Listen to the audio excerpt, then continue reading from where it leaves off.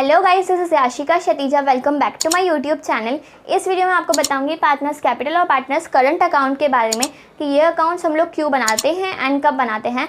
And इसी video में आपको 2 to 3 ट्रिक्स भी दूंगी इन अकाउंट्स को ईजिली सॉल्व करने के लिए। एंड आई एम श्योर अगर आपने पूरा वीडियो देख लिया तो आपको इन अकाउंट्स को बनाने में कोई मिस्टेक नहीं होगी, कोई प्रॉब्लम नहीं होगी।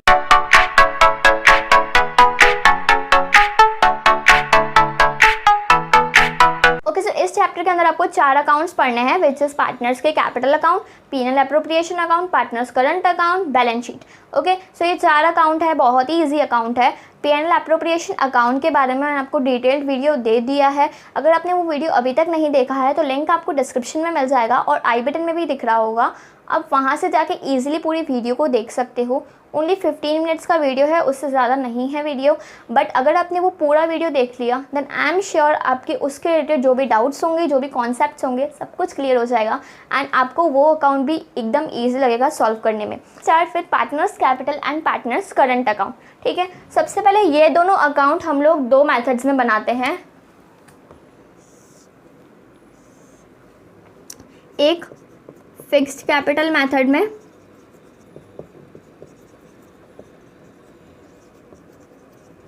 and second is fluctuating capital method.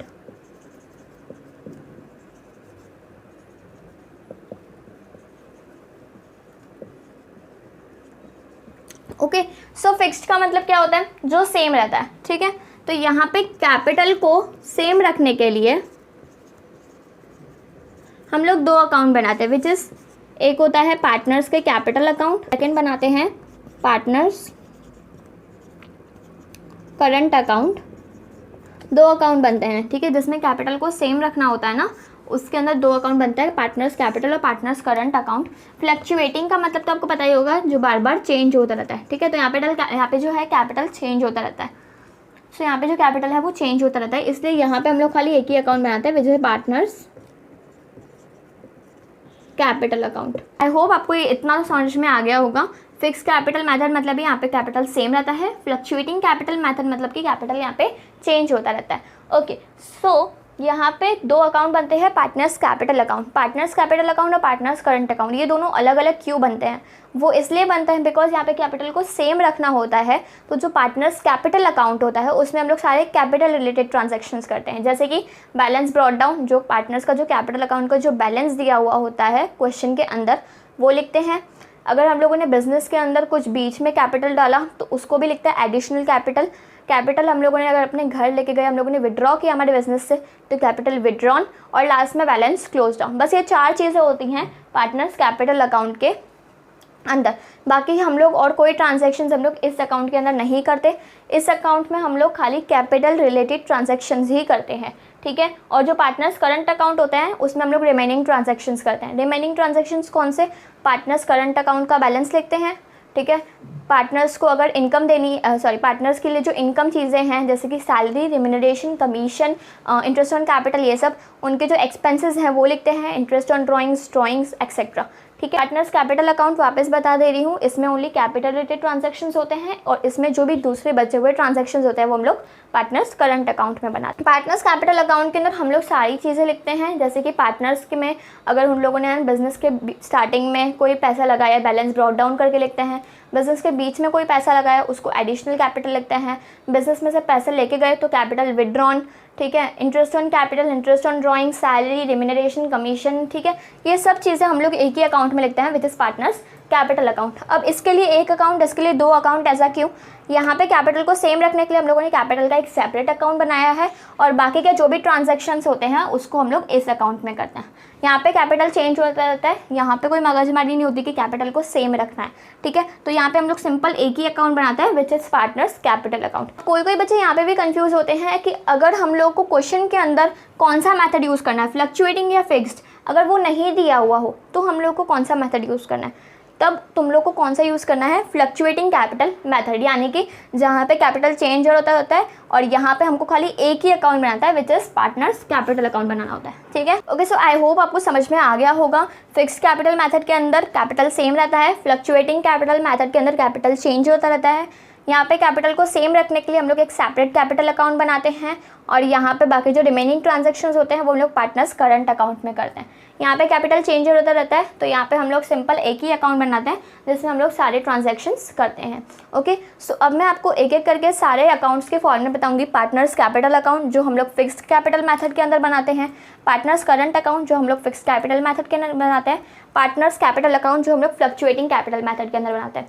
ठीक है, तो इन सबके फॉर्मेट्स में आपको बताऊंगी, इनके बैलेंसेस बताऊंगी कि कौन से अकाउंट में कौन सा बैलेंस बचता है। ओके, सो अब मैं आपको बताऊंगी पार्टनर्स कैपिटल अकाउंट जो हम लोग फिक्स्ड कैपिटल मेथड के अंदर बनाते हैं वो कैसे बनाते हैं, उसका फॉर्मेट क्या होता है। ओके,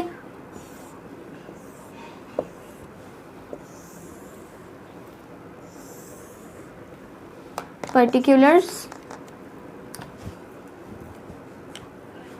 अमाउंट, पर्टिकुलर्स अमाउंट, यहाँ पे ये क्रेडिट साइड है, ये डेबिट साइड है। ओके, पहले एक बार फॉर्मेट बता दे रही हूँ।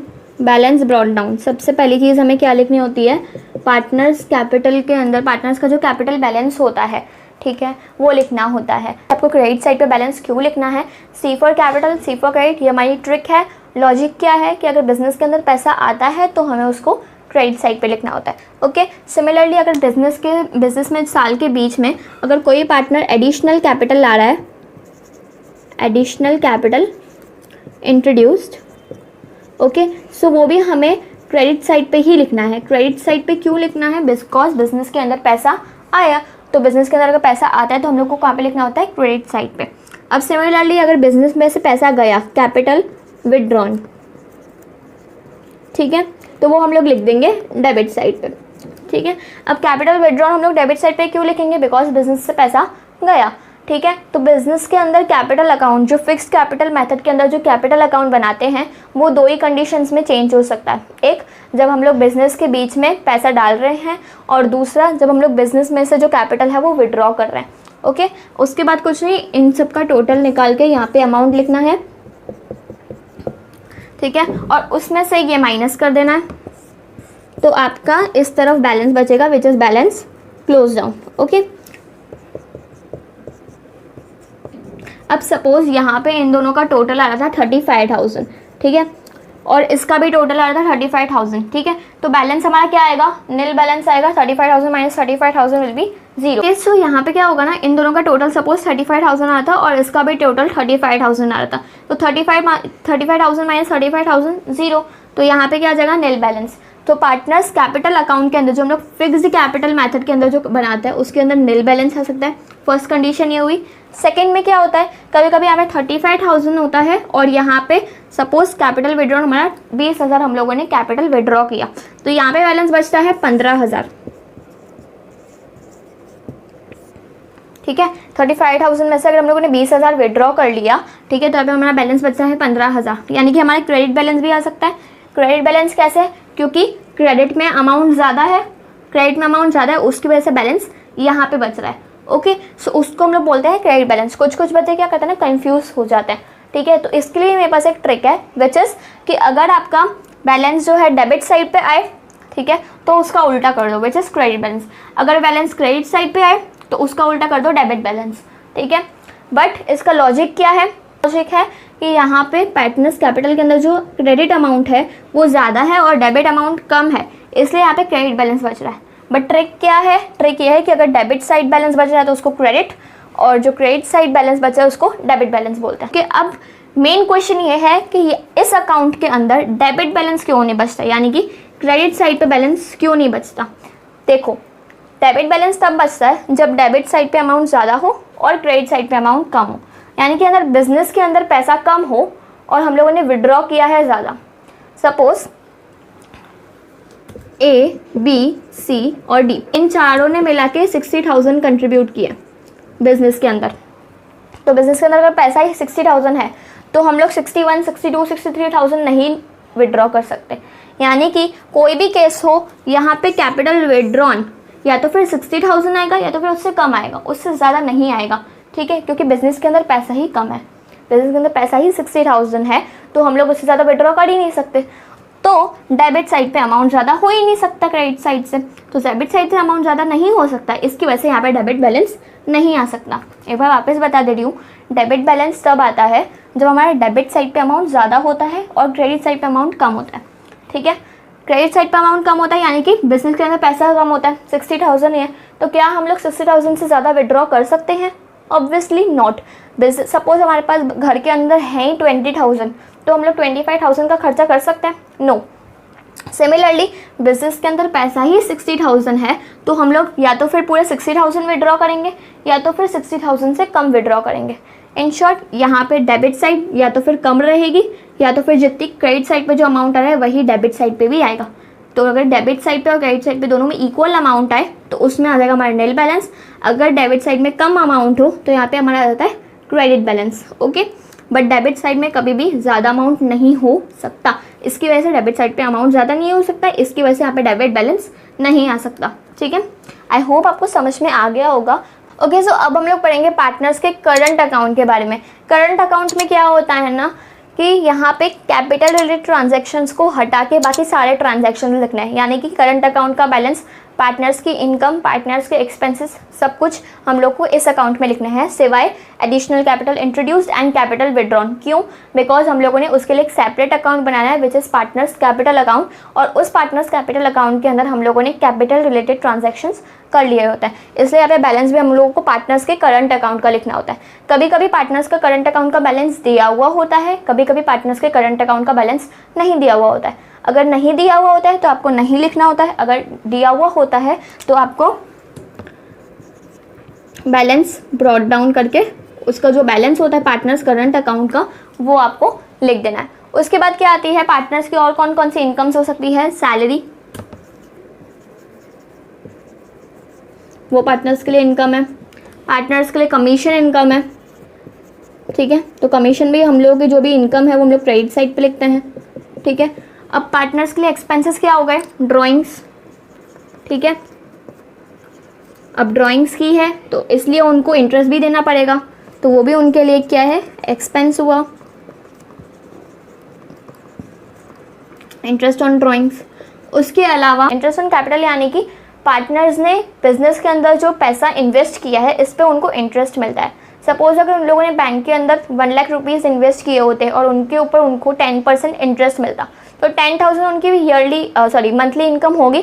ठीक है, तो 10,000 उनकी मंथली इनकम हुई। सिमिलरली उन लोगों ने फर्म के अंदर भी पैसा इन्वेस्ट किया है तो फर्म भी उनको इंटरेस्ट ऑन कैपिटल देगी। फर्म अगर पैसा देगी तो उनके लिए क्या हो गई? इनकम हो गई। ठीक है, तो पार्टनर्स की सारी इनकम और पार्टनर्स की सारी एक्सपेंसेस सारे हम लोगों ने डेबिट और क्रेडिट साइड पे लिख दिया, और पार्टनर्स का जो करंट अकाउंट का जो बैलेंस होता है वो लिख दिया। ठीक है, अब इस पूरे को टोटल करके इसमें से ये अमाउंट माइनस कर देना है। ठीक है, इस पूरे को टोटल करके इसमें से ये अमाउंट माइनस कर देंगे। ठीक है, तो यहाँ पे बच सकता है, कभी कभी यहाँ पे भी बैलेंस बच सकता है। अगर यहाँ पे बचे तो बैलेंस क्लोज डाउन।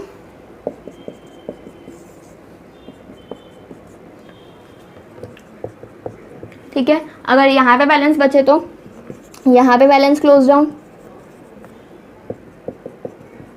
ठीक है, और अगर दोनों का अमाउंट इक्वल हो तो नील बैलेंस। ओके, कोई बैलेंस बचेगा ही नहीं। ठीक है, अब मैं आपको इसी क्वेश्चन को एक अमाउंट के साथ सॉल्व करके बताती हूँ। सपोज बैलेंस ब्रॉट डाउन हमारा 40,000 था।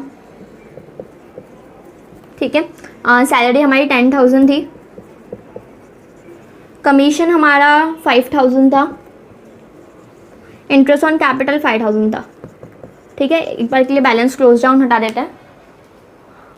सो अब इन ड्राइंग सपोज हम लोगों ने की 10,000 की और इंटरेस्ट ऑन ड्राइंग्स हमसे लिया 5,000 का। ओके, सो 40 + 10 50, 55 एंड 60, टोटल यहाँ पे अमाउंट क्या आया? 60,000 आया, और यहाँ पे क्या है? 15,000। ठीक है, तो टोटल इसका अमाउंट आया 15। 60 - 15 विल बी 45,000 आएगा, सॉरी, सो 45,000 आएगा बैलेंस। तो बैलेंस क्लोज डाउन हम लोग लिख देंगे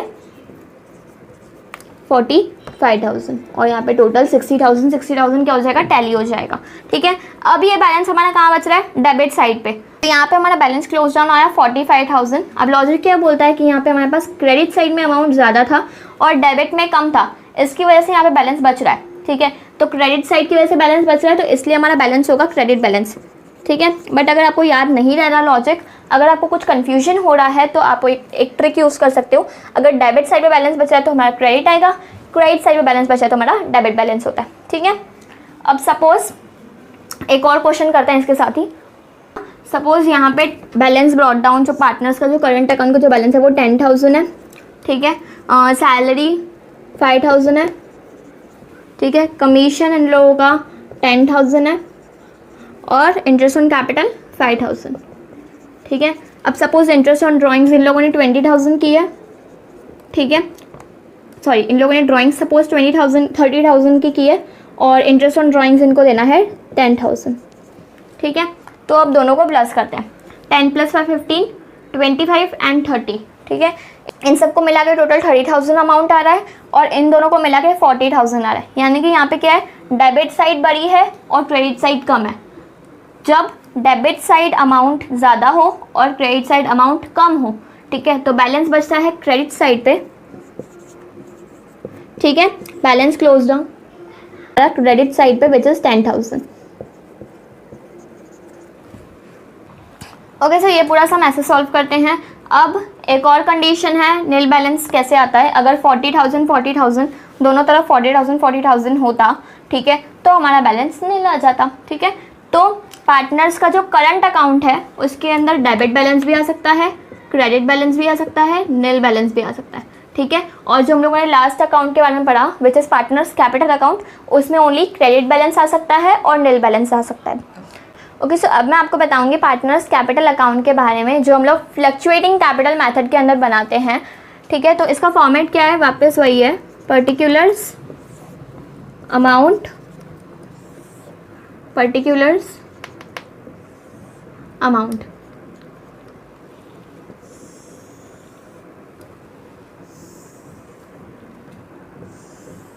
ठीक है। सो यहाँ पे जो फ्लक्चुएटिंग कैपिटल मेथड के अंदर जो हम लोग पार्टनर्स कैपिटल अकाउंट बनाते हैं, ठीक है, यहाँ पे हम लोगों का जो कैपिटल होता है वो बार बार चेंज होता रहता है, ठीक है। हम लोगों को कोई भी ज़रूरत नहीं होती partners capital account, partners current account अलग अलग बनाने की। यहाँ पे एक ही अकाउंट बनाते हैं, पार्टनर्स कैपिटल अकाउंट, जिसके अंदर हमारे सारे ट्रांजेक्शन्स आते हैं, कैपिटल रिलेटेड ट्रांजेक्शन्स भी आते हैं और जो रिमेनिंग ट्रांजेक्शन जो पार्टनर्स रिलेटेड ट्रांजेक्शन जो होते हैं वो भी आ जाते हैं, ठीक है। सो सबसे पहले यहाँ पे पार्टनर्स कैपिटल अकाउंट का जो बैलेंस दिया हुआ होगा वो लिख देंगे, balance brought down. So balance brought down लिख दिया पार्टनर्स कैपिटल अकाउंट में। उसके बाद लिखना है एडिशनल कैपिटल। अगर एडिशनल कैपिटल यानी कि बिजनेस के अंदर कोई भी बीच में कोई भी पैसा ला रहा है कोई पार्टनर्स, तो उसको हम लोग लिखेंगे एडिशनल कैपिटल क्रेडिट साइड पे। क्रेडिट साइड पे क्यों, बिकॉज वो बिजनेस के अंदर पैसा आ रहा है, ठीक है। उसके बाद पार्टनर्स की कोई भी इंटरेस्ट ऑन कैपिटल देना है वो, ठीक है, वो हम लोग क्रेडिट साइड पे लिख देंगे। सैलरी पार्टनर्स को मिल रही है, उनके लिए इनकम है, ठीक है। रेम्यूनरेशन उनको मिल रही है, उनके लिए इनकम हो गई। कमीशन उनको मिलेगी, ठीक है, तो वो भी उनके लिए एक इनकम हुई, ठीक है। तो ये सारी इनकम्स हम लोग को क्रेडिट साइड पे लिख देनी है। Balance brought down, additional capital, interest on capital, salary, remuneration, commission, ये सब हमको क्रेडिट साइड पे लिख देना है क्योंकि ये सब क्या है, इनकम है, ठीक है। उसके अलावा यहाँ पे क्या होता है, कैपिटल कभी कभी कोई पार्टनर विड्रॉ कर देता है, वो हमें डेबिट साइड पे लिखना है, ठीक है। अमाउंट यहाँ पे लिखेंगे। उसके बाद आएंगे ड्राइंग्स, वो भी पार्टनर्स के लिए एक्सपेंसेस हैं, वो भी हम लोग यहाँ पे लिखेंगे। उसके अलावा आएगा इंटरेस्ट ऑन ड्राइंग्स, वो भी पार्टनर्स के लिए एक्सपेंस है, वो भी हम लोग यहाँ पे लिखेंगे। ओके, सो ये सब करने के बाद हम लोग को क्या करना है, इसको पूरा टोटल करना है।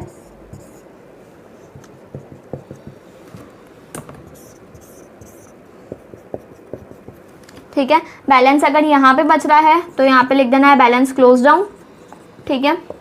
और बैलेंस अगर यहाँ पे बच रहा है तो यहाँ पे लिख देना है balance close down. Okay, I hope आपको समझ में आ गया होगा डेबिट बैलेंस क्या होता है, क्रेडिट बैलेंस क्या होता है, नील बैलेंस क्या होता है। नील बैलेंस भी आ सकता है इसमें अगर क्रेडिट और डेबिट दोनों तरफ से सेम अमाउंट आए, ठीक है, तो फिर दोनों का अगर सेम अमाउंट होगा तो नील बैलेंस आएगा। अगर क्रेडिट साइड ज़्यादा और डेबिट साइड कम होगा, ठीक है, तो वो हमारा क्रेडिट बैलेंस आएगा। अगर डेबिट साइड ज़्यादा और क्रेडिट साइड कम अमाउंट होगा तो वो हमारा होगा credit balance. Okay, so I hope आपको ये सारे फॉर्मेट्स अच्छे से समझ में आ गए होंगे। नेक्स्ट वीडियो में मैं आपको न्यूमेरिकल क्वेश्चंस कराऊंगी P&L एप्रोप्रिएशन अकाउंट के related. So stay tune for the next video. And अगर आपको ये वीडियो यूजफुल रहा हो तो प्लीज़ इसको लाइक कर देना और इसको शेयर कर देना और मेरे यूट्यूब चैनल को सब्सक्राइब कर देना इस टाइप के वीडियोज़ को देखने के लिए।